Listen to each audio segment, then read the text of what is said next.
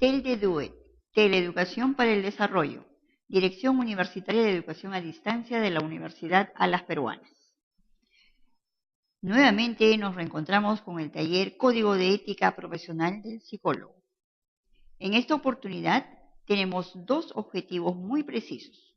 El primero de ellos, conocer y comprender los alcances del Código de Ética en la función y en la aplicación de las tareas que desarrolla el psicólogo. El segundo objetivo está vinculado al análisis del desempeño del psicólogo en los diferentes ámbitos para proporcionar bienestar y desarrollo al paciente o cliente. ¿Qué veremos en este taller? El código de ética en sí de nuestro colegio, la ética en el diagnóstico psicológico, también vincularemos la ética en psicoterapia y finalmente la ética en la investigación científica. Iniciamos previamente con una inquietud que es propia en estos aspectos. Veamos qué es ser psicólogo. Y lo hemos resumido en tres condiciones básicas. La primera, que se refiere a los conocimientos de la especialidad, es decir, en aquella formación académica, los contenidos, el marco referencial que hemos recibido durante nuestra formación profesional. Una segunda condición está basada en las capacidades, las destrezas y por ende las competencias. Es decir, que también durante nuestra formación profesional, nuestras experiencias y el continuo aprendizaje, vamos reconociendo e identificando nuestras capacidades, destrezas y por supuesto siendo cada vez más competentes en nuestras intervenciones. La tercera condición está referida a la idoneidad como ser humano. Esto es muy importante porque se relaciona con la concepción, la importancia, la valoración que tenemos acerca del hombre como tal. Cómo lo consideramos, si reconocemos los derechos y cómo participamos justamente para que estos sean siempre tenidos en consideración. Es decir, que el ser psicólogo tiene mucho que ver con el primer paso de la intervención posterior que tendremos. Podríamos decir que en el quehacer científico y académico de la psicología coexiste una variedad y diversidad de enfoques.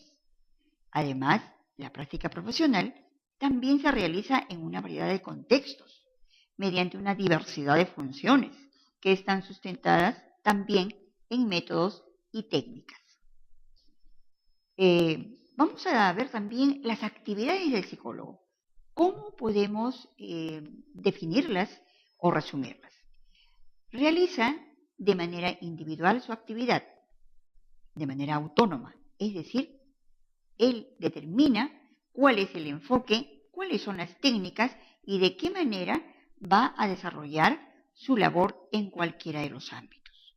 Pero también lo podemos encontrar integrando equipos multidisciplinarios y luego también laborando en instituciones públicas o privadas. Esto significa pues que el psicólogo es un profesional que promueve las potencialidades y capacidades de las personas, con el único objetivo de desarrollar actuaciones que conduzcan a estas personas al mejor logro de una calidad en sus diversas manifestaciones o vinculaciones con el ambiente. Precisamente he allí el valor de esta profesión.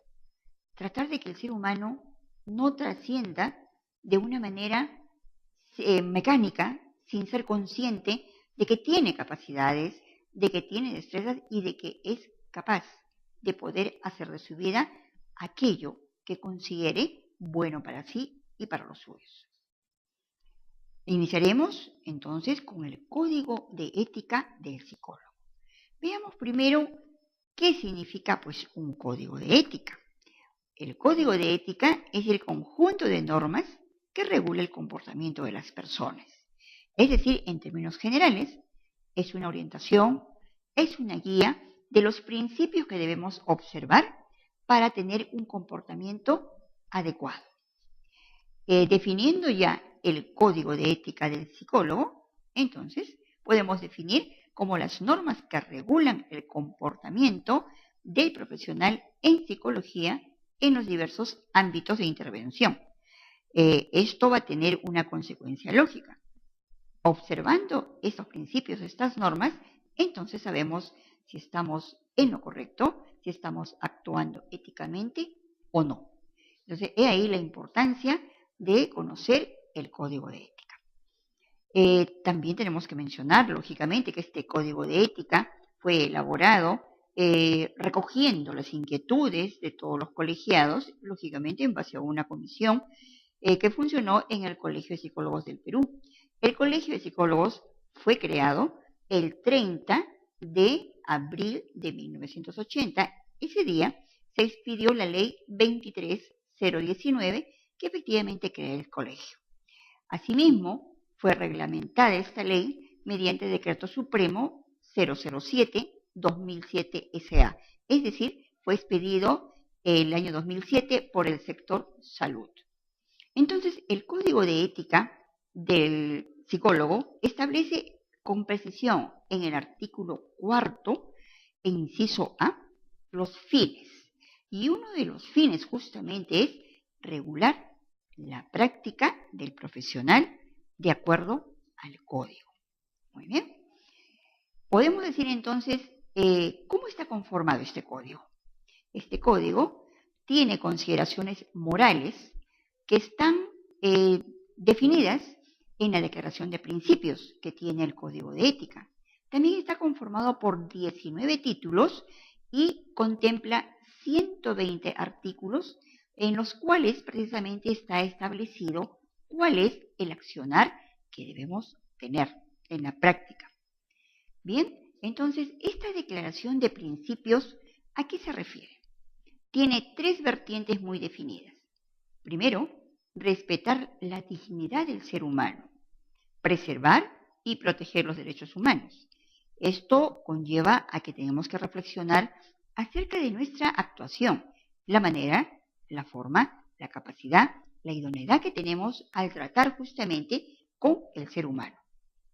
Un segundo principio se refiere a la responsabilidad del desempeño profesional con seres humanos. Y esta palabra hay que resaltarla, responsabilidad. Lo que implica además que yo debo ser responsable como profesional justamente de mi constante actualización, de mi constante preparación y de mi constante mejoramiento de mi capacidad profesional. Un tercer principio está referido al empleo de las capacidades de manera consciente, de acuerdo con los valores. Es decir, en la práctica, el psicólogo debe ser consciente que está actuando o que debe actuar de acuerdo a los valores ético-morales. En tal sentido, no podríamos decir un común no me di cuenta, ¿no? Entonces debemos ser conscientes justamente de cómo estamos actuando y de las consecuencias o perjuicios que podemos causar. Estos principios, como tal, son rectores en el Código de Ética. Estos 19 títulos, ¿qué contienen? Sintéticamente están referidos a la responsabilidad, a la competencia, a la confidencialidad. También contiene aspectos específicos sobre el informe psicológico, las investigaciones, inclusive los honorarios, los horarios. No se olviden que nosotros tenemos una persona que acude en busca o de ayuda o de orientación. Entonces también considera la propiedad intelectual en el caso de que el psicólogo también tenga intervención en las investigaciones o en la creación de, por ejemplo, algunos materiales para el empleo de la profesión. También se refiere al ejercicio propio del profesional, a las normas legales y las normas morales que debemos observar, a la declaración pública, si estamos autorizados o no, y en qué casos debemos hacer uso de esa opinión pública. Al bienestar del cliente. También se refiere al empleo de las técnicas de diagnóstico. Esto siempre a veces ha sido materia de controversias porque muchas veces se dice que lo importante es el resultado, pero también lo importante es la manera como se logra ese resultado. También se refiere a las obligaciones que tenemos como colegiados con nuestro colegio y finalmente a las relaciones profesionales e interinstitucionales. De qué manera nosotros debemos conducirnos de qué manera debemos aportar. Entonces, como tal, el código de ética abarca una serie de normas para conducirnos de manera adecuada. Bien, estos 120 artículos entonces norman y orientan nuestro desempeño en 3 aspectos básicos: investigación, docencia y docencia en práctica profesional, y también en psicoterapia y en el caso de que el psicólogo también sea un funcionario, es decir, una persona que tiene nivel de decisión en una determinada organización. Ahora revisaremos el código de ética en los diversos ámbitos. Por ejemplo, vamos a iniciar con el diagnóstico psicológico, que conlleva un informe psicológico fundamentalmente. Una rápida revisión de lo que es el diagnóstico psicológico. Pues hay varias definiciones al respecto. Si se revisa la literatura, vamos a encontrar pues que como es un procedimiento, una fase, pero dentro de esas varias funciones podemos decir que derivan del modelo médico.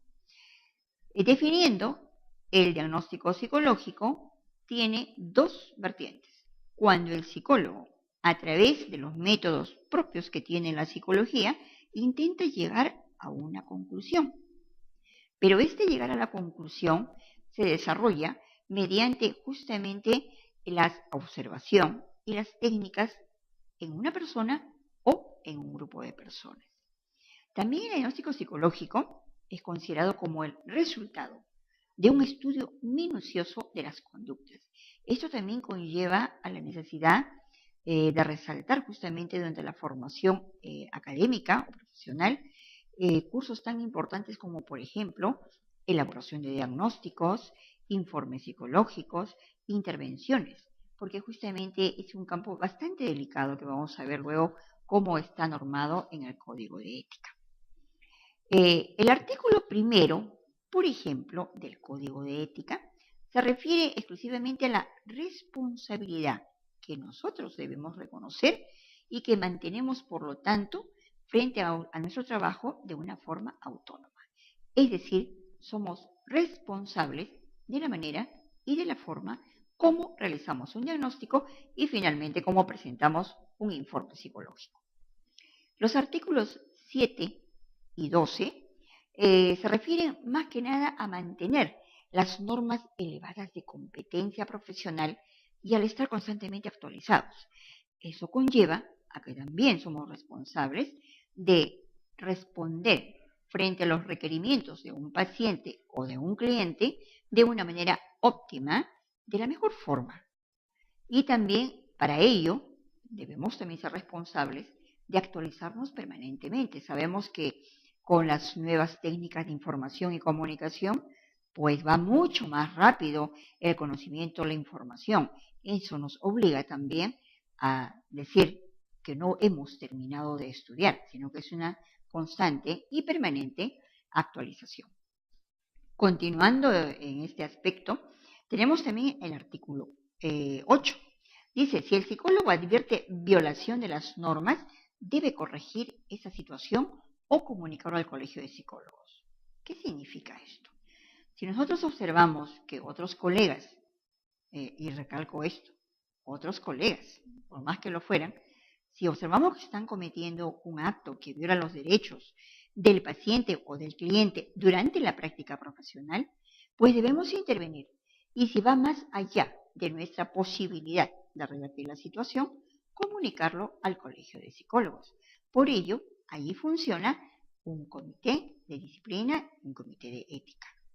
Es decir, no podemos cerrar los ojos porque si recordamos los principios, es el respeto a los derechos de la persona, al ser humano.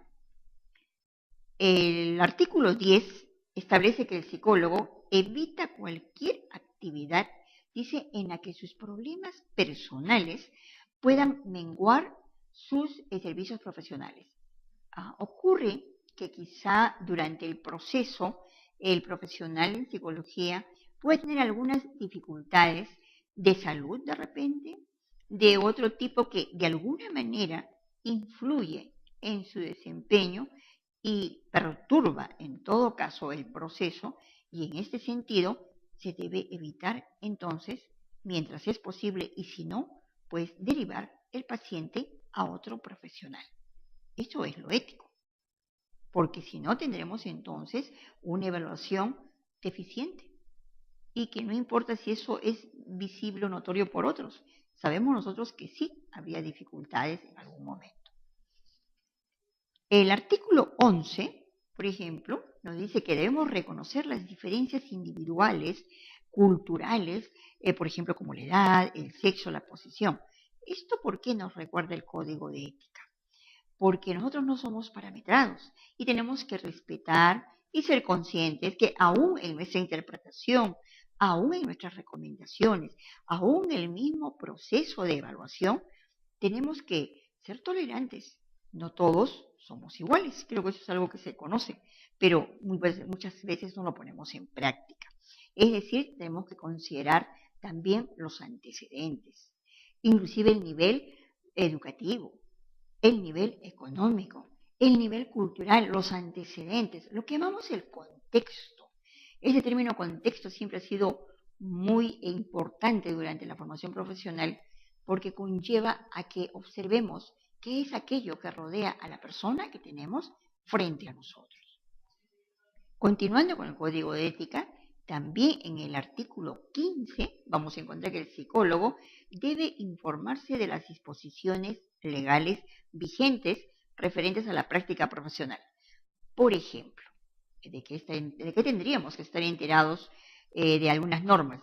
Muchas veces el colegio, como en actualidad está ocurriendo, está convocando, lamentablemente debido a la práctica ilegal que hacen muchas personas, dañando el prestigio de la profesión y del colegio mismo, está convocando a que nuevamente se haga una reinscripción, ¿no?, de todos los colegiados a efectos de poder verificar que en todo caso la idoneidad y la veracidad de los títulos, por ejemplo. Eso es estar actualizado.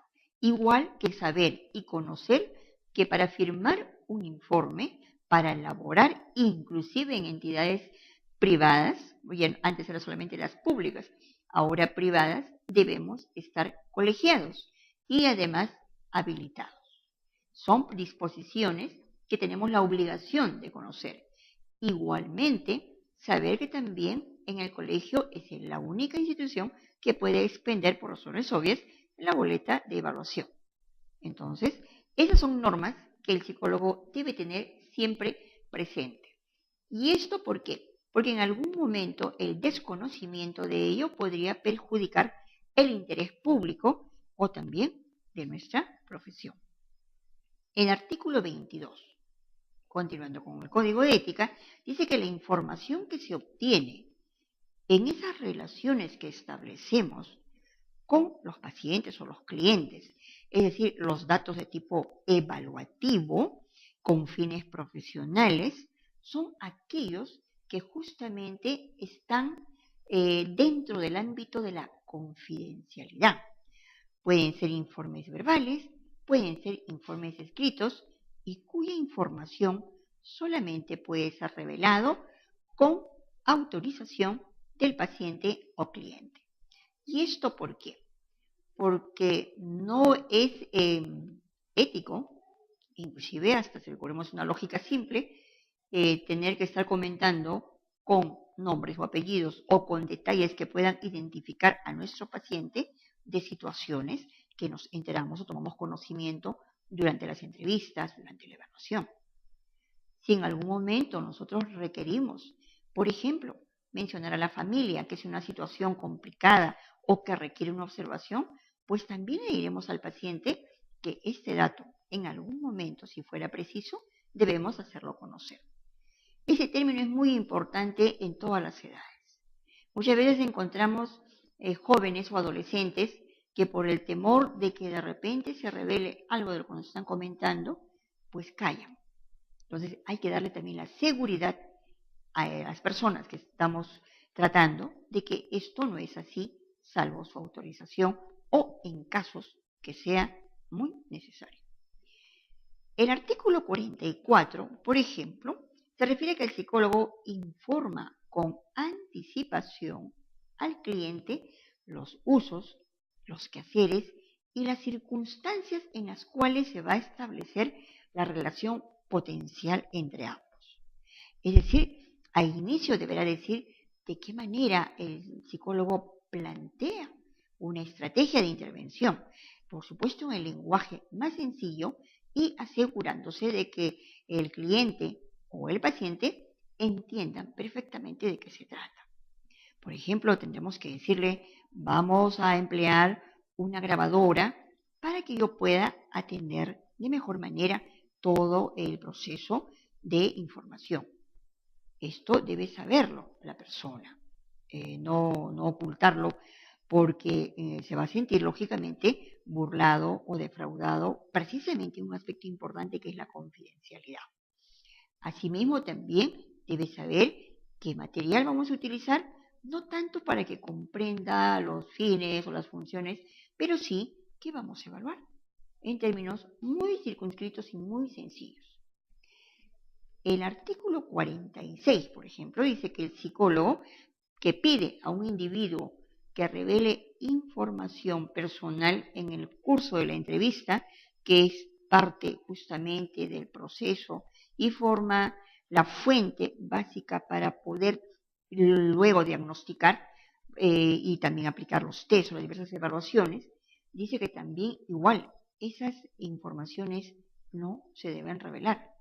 Si en algún momento debemos conversarlo con otros colegas o con otros especialistas, pues lo haremos guardando la reserva del caso, sin mencionar nombres.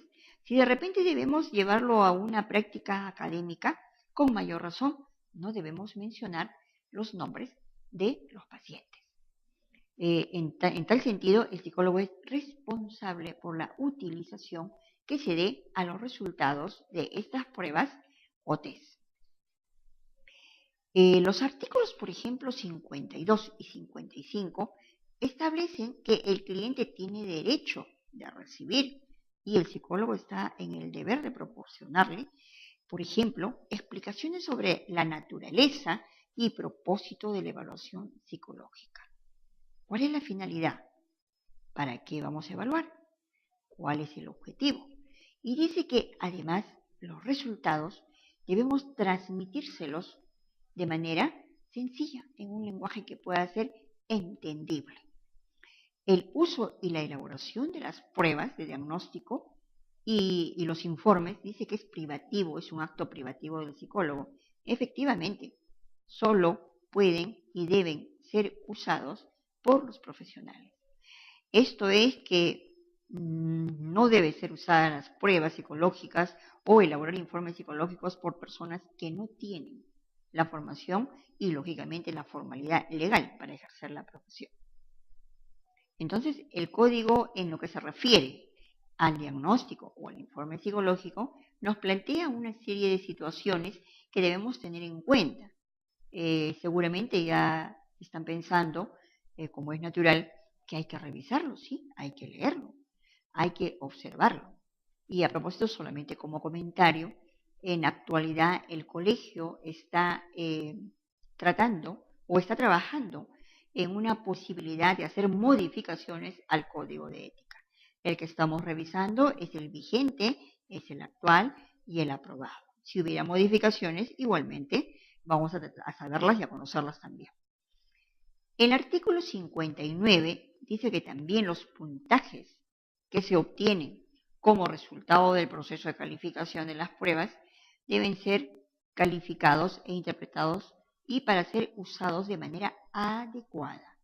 Es decir, no usado el resultado de la información en situaciones que no sean necesarias ni tampoco sean causantes de malestar o inconvenientes para el evaluado. Los artículos 66 y 67 se refieren a que el informe psicológico responde a un motivo específico. Esto es, que estoy evaluando. Por lo tanto, el informe debe responder a ese motivo, no a otro, ni a otro mayor, que no ha sido el motivo original para la evaluación. Debe ser redactado, dice, de acuerdo a las normas convencionales y aceptadas por la comunidad. Y al respecto sabemos durante la formación profesional que hemos tenido alcance de diversos formatos, unos más sencillos, o también dependiendo, ¿no? Dependiendo si es una evaluación para efectos organizacionales, educativos, clínicos, forenses, etcétera, ¿no? Sabemos que hay diversos formatos que inclusive las instituciones, por razones de tiempo o de economía de tiempo, ya lo establecen como que si fuesen unos modelos o formatos únicos, ¿no es cierto? En todo caso, estos deben estar elaborados por el psicólogo responsable y también firmado por él con la indicación de su número de colegiación. Hasta allí hemos revisado aquellas normas del Código de Ética que se refieren al informe y al diagnóstico psicológico. La ética en la investigación científica. Iniciamos previamente con una inquietud que es propia en estos aspectos. Veamos qué es ser psicólogo. Y lo hemos resumido en 3 condiciones básicas. La primera, que se refiere a los conocimientos de la especialidad, es decir, en aquella formación académica, los contenidos, el marco referencial que hemos recibido durante nuestra formación profesional. Una segunda condición está basada en las capacidades, las destrezas y por ende las competencias. Es decir, que también durante nuestra formación profesional, nuestras experiencias y el continuo aprendizaje, vamos reconociendo e identificando nuestras capacidades, destrezas y por supuesto siendo cada vez más competentes en nuestras intervenciones. La tercera condición está referida a la TEL-DEDUE, Teleeducación para el Desarrollo, Dirección Universitaria de Educación a Distancia de la Universidad Alas Peruanas. Nuevamente nos reencontramos con el taller Código de Ética Profesional del Psicólogo. En esta oportunidad tenemos 2 objetivos muy precisos. El primero de ellos, conocer y comprender los alcances del Código de Ética en la función y en la aplicación de las tareas que desarrolla el psicólogo. El segundo objetivo está vinculado al análisis del desempeño del psicólogo en los diferentes ámbitos para proporcionar bienestar y desarrollo al paciente o cliente. ¿Qué veremos en este taller? El código de ética en sí de nuestro colegio, la ética en el diagnóstico psicológico, también vincularemos la ética en psicoterapia y finalmente la idoneidad como ser humano. Esto es muy importante porque se relaciona con la concepción, la importancia, la valoración que tenemos acerca del hombre como tal. Cómo lo consideramos, si reconocemos los derechos y cómo participamos justamente para que estos sean siempre tenidos en consideración. Es decir, que el ser psicólogo tiene mucho que ver con el primer paso de la intervención posterior que tendremos. Podríamos decir que en el quehacer científico y académico de la psicología coexiste una variedad y diversidad de enfoques. Además, la práctica profesional también se realiza en una variedad de contextos, mediante una diversidad de funciones que están sustentadas también en métodos y técnicas. Vamos a ver también las actividades del psicólogo. ¿Cómo puede tratar de que el ser humano no trascienda de una manera mecánica, sin ser consciente de que tiene capacidades, de que tiene destrezas y de que es capaz de poder hacer de su vida aquello que considere bueno para sí y para los suyos? Iniciaremos entonces con el código de ética del psicólogo. Veamos primero qué significa pues un código de ética. El código de ética es el conjunto de normas que regula el comportamiento de las personas. Es decir, en términos generales, es una orientación, es una guía de los principios que debemos observar para tener un comportamiento adecuado. Definiendo ya el código de ética del psicólogo, entonces podemos definir como las normas que regulan el comportamiento, podemos definirlas o resumirlas. Realiza de manera individual su actividad, de manera autónoma, es decir, él determina cuál es el enfoque, cuáles son las técnicas y de qué manera va a desarrollar su labor en cualquiera de los ámbitos.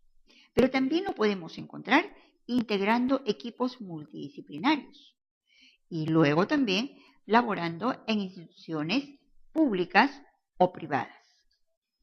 Esto significa pues que el psicólogo es un profesional que promueve las potencialidades y capacidades de las personas con el único objetivo de desarrollar actuaciones que conduzcan a estas personas al mejor logro de una calidad en sus diversas manifestaciones o vinculaciones con el ambiente.